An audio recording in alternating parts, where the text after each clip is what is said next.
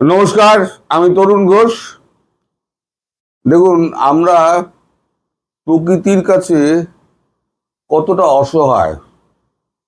প্রকৃতি যখন প্রতিশোধ নেয় না, বা প্রকৃতি যখন ক্ষেপে যায়, তখন সে নির্মম হয়ে যায়।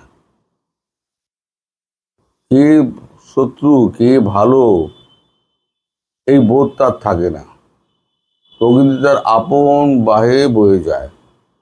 নেপালে কালকে একটা হড়পা বান এসছে।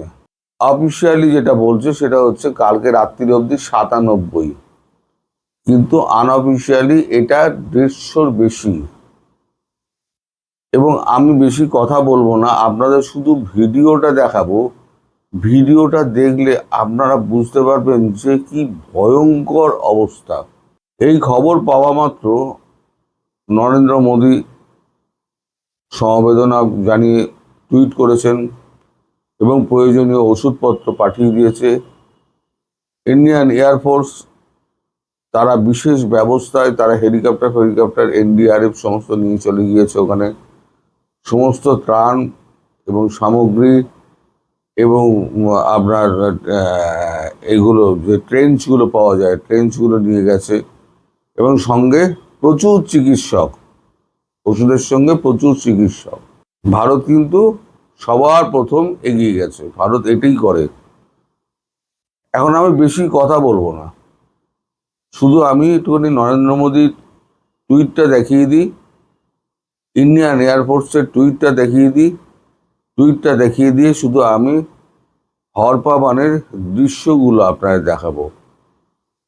তাতে ঘর বাড়ি সেতু সমস্ত ভেঙে একেবারে উজাড় হয়ে চলে যাচ্ছে, মানে কোনো কিছু বাদ মানছে না। বড় বড় বোল্ডার এবার আজকে যখন এটা তুলছে, পাথরগুলো তুলছে, দেখা যাচ্ছে হাফ ডেড বডি।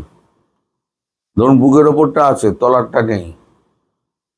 মানে বোল্ডারে আঘাতে তলার অংশটা ছিন্ন ভিন্ন হয়ে বেরিয়ে চলে গিয়েছে। এইরকম প্রচুর মানুষ আছে। মানে তাই আমি বলি, প্রকৃতির কাছে আমরা বড় অসহায়। এখন যারা নিহত হয়েছেন, আহত হয়েছেন, তাদের আমার সমবেদনা। যারা মারা গিয়েছেন তাদের বিদেয়ী আত্মার প্রতি আমার শোক জ্ঞাপন করি। আপনারা ভিডিওটা দেখুন, তারপর আমি আবার ফিরে আসছি।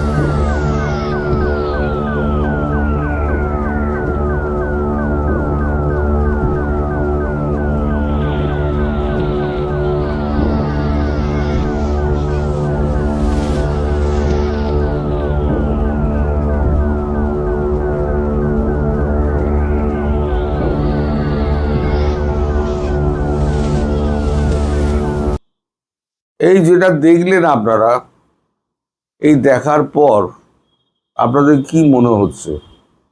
মানুষের হাতে কিছু আছে? কিছু নেই। এই যে আজকে আমরা এত আমি আমি তুমি তুমি করি, প্রকৃতির কাছে কিন্তু আমরা কিছু নেই, কিছু না। আপনি রাস্তায় যাচ্ছেন, বজ্রপাত হয়ে মারা গেলেন, কিছু করার নেই, কারোর কিছু করার নেই। যার কপালে ঈশ্বর যা লিখে রেখে দিয়েছে, বা ওপরওয়ালা যা লিখে রেখে দিয়েছে, আপনার আল্লাহ যা লিখে রেখে দিয়েছে, তাই হবে। তার এক বিন্দু এদিক ওদিক হবে না। তাই বলি যে পাপ কর্মগুলো করবেন না। এই পাপ কর্মগুলো কিন্তু আপনাদের সব ফল ভোগ করে যেতে হবে। আর এই জন্মেই, পরজন্ম বলে কিছু নেই। আপনার কোন কিতাবে কি লেখা আছে আমি জানি না, কিন্তু আমার যে নিজস্ব ধারণা, পরজন্ম বলে কিছু নেই। যা আপনি পাপ করবেন তা আপনি এখানেই শোধ করে যাবেন, যা আপনি পুণ্য করবেন তা এখানেই অর্জন করে যাবেন, তার সুফলতা। সবাই ভালো থাকবেন, সুস্থ থাকবেন, সাবধানে থাকবেন। নমস্কার।